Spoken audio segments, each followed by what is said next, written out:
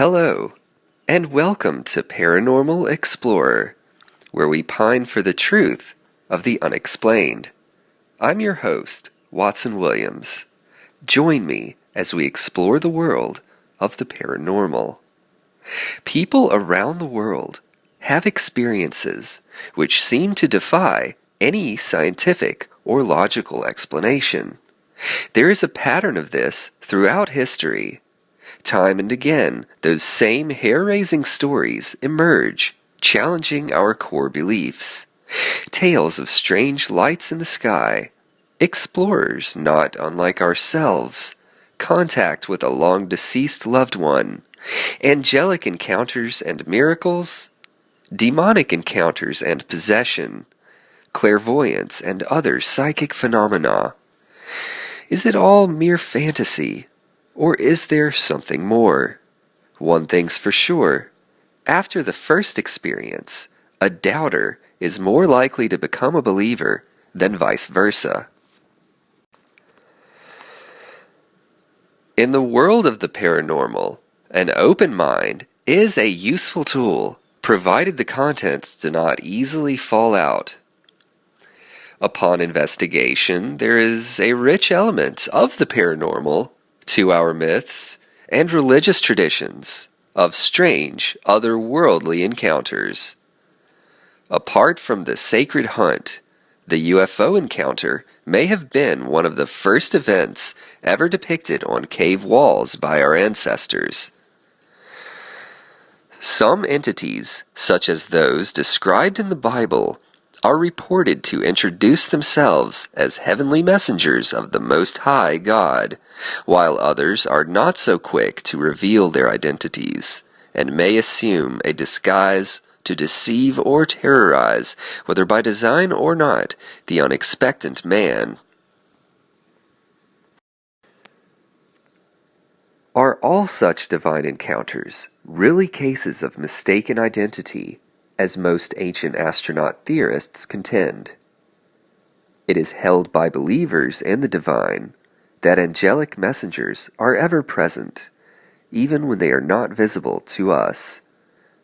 From the Hindu tradition, it is no small legend of how Lord Krishna granted to Arjuna, who was apprehensive on the eve of battle, divine sight, so that Arjuna could witness the supreme universal form of God that is ever present and below the surface of reality, thereby finding peace in his privilege.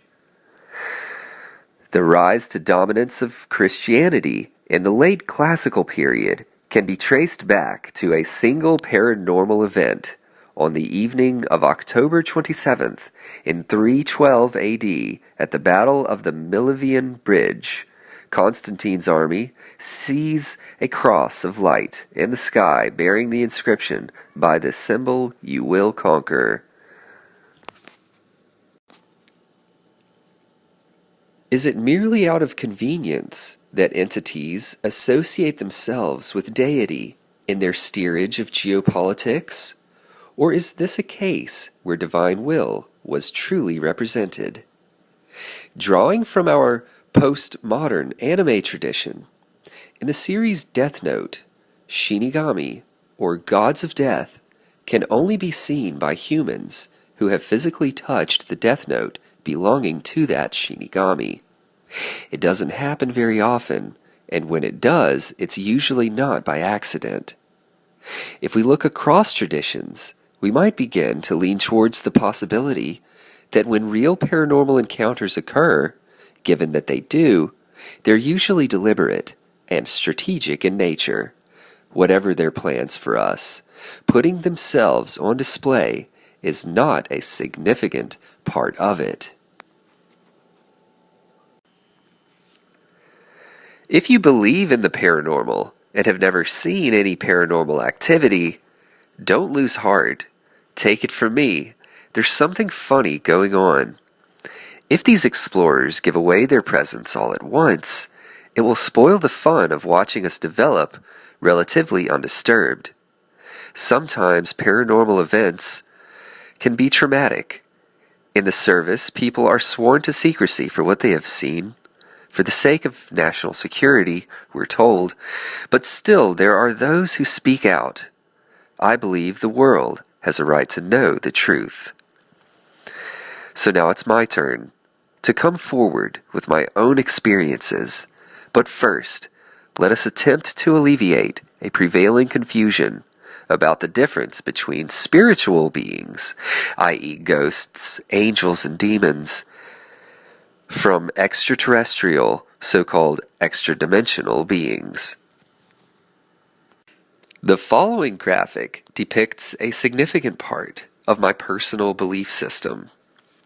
It's a logistic growth curve, as discussed in my previous video, predicting the rate of human progress, wherein I alleged that I would make a follow-up video with visual aids.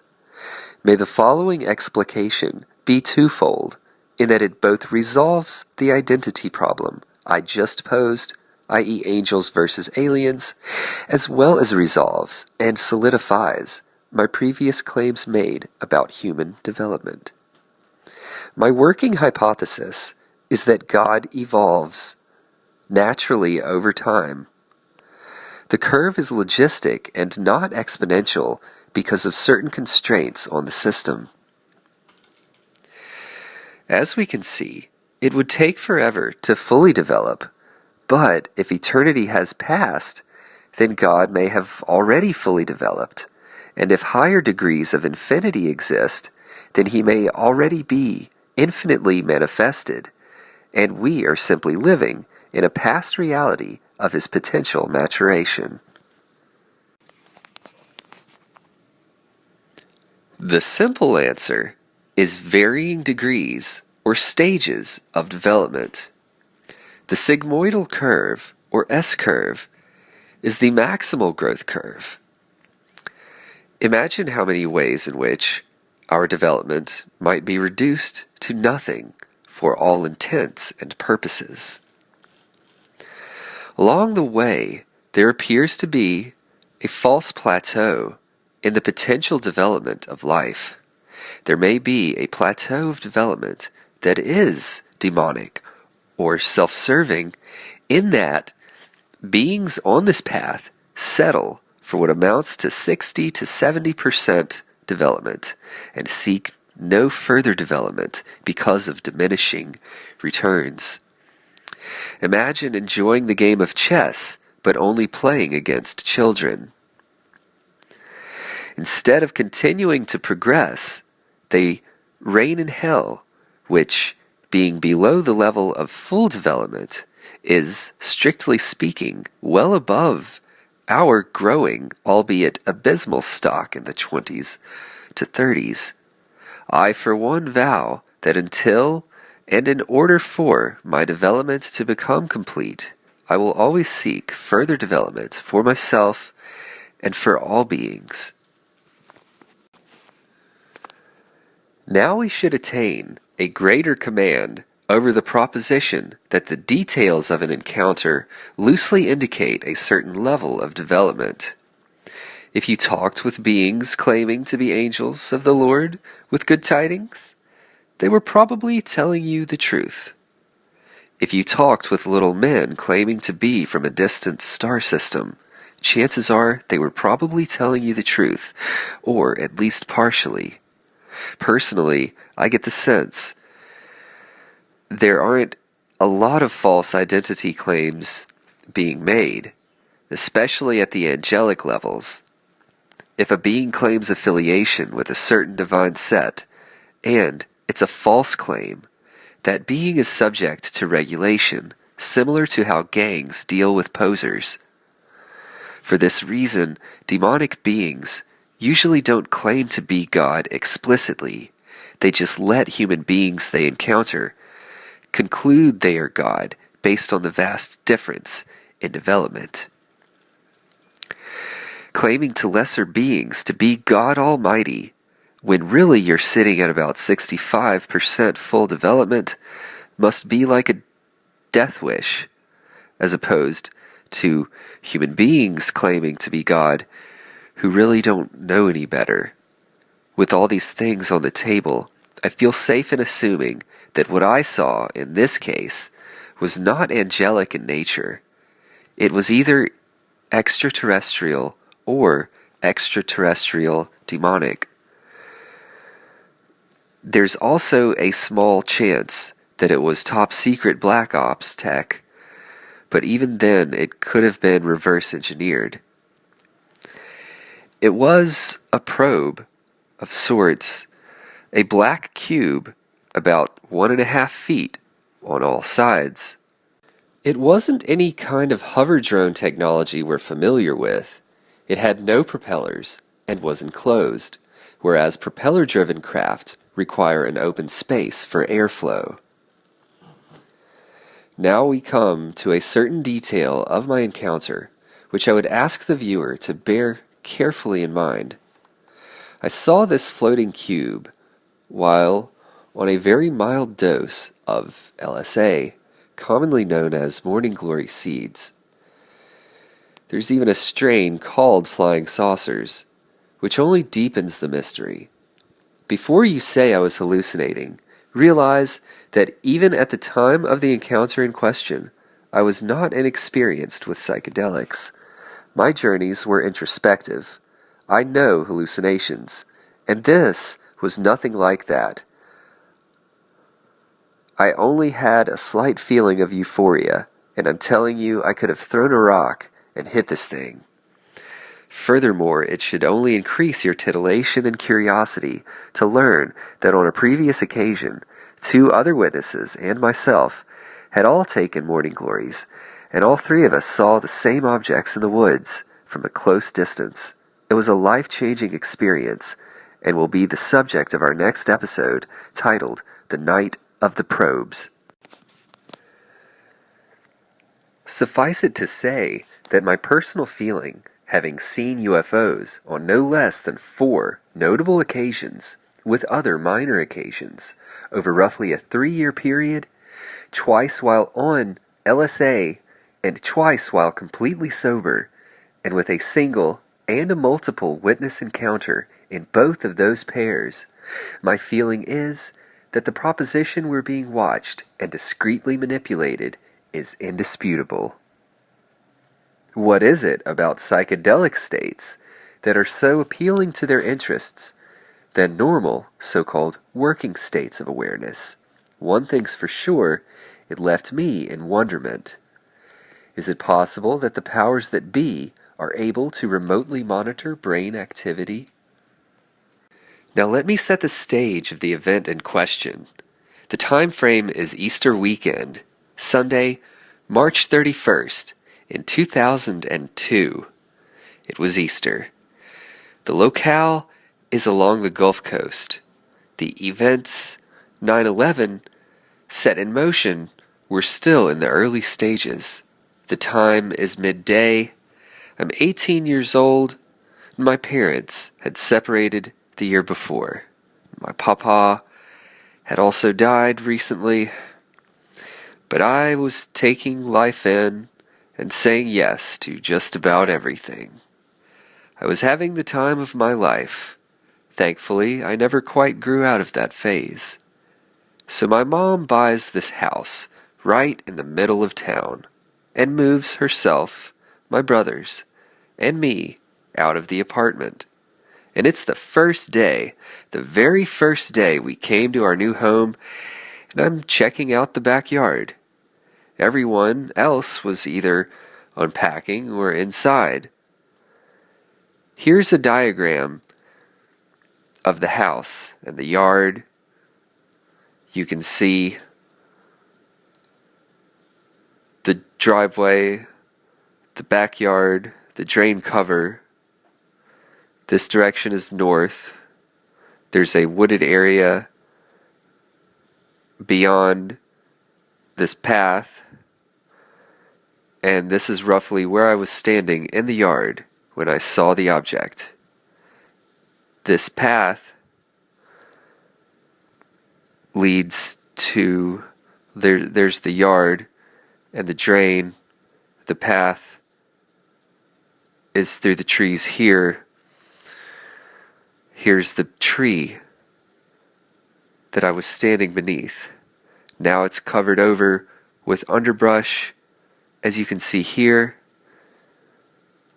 This is looking due east down the path, and I was standing approximately right here and looking in this direction. The tree is right up in here, but you can't see it. And as you can see from the shadows, it's a thick underbrush.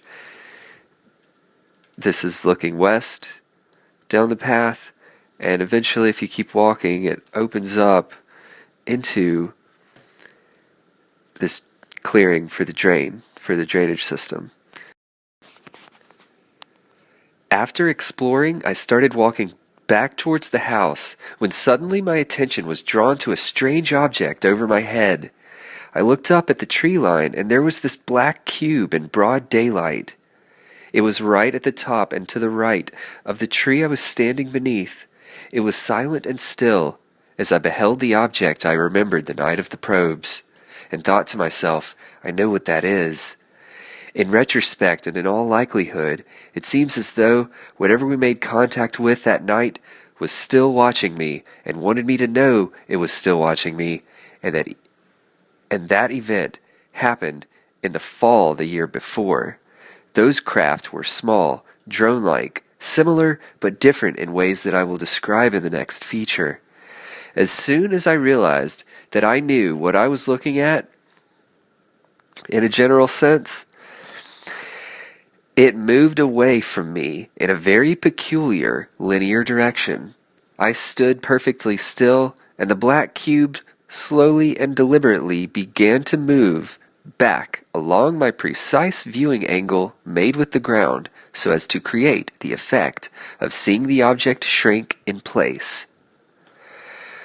I can remember watching it drift further and further away, perfectly in line with my line of sight, and then, when it was just a tiny speck in my field of vision, I thought it might come back. I was a little upset when it didn't, because I wanted it to play with me some more. If you think about it, the path it took was the most unobtrusive direction it could have moved in, as if to say, okay, you caught me, but you're not going to see me interacting with the world, and I'm just going to disappear from your field of view. If it had been some human black ops project, I can't imagine they would have, or even could have, so precisely moved along my viewing angle as opposed to simply moving on somewhere over the trees out of my line of sight.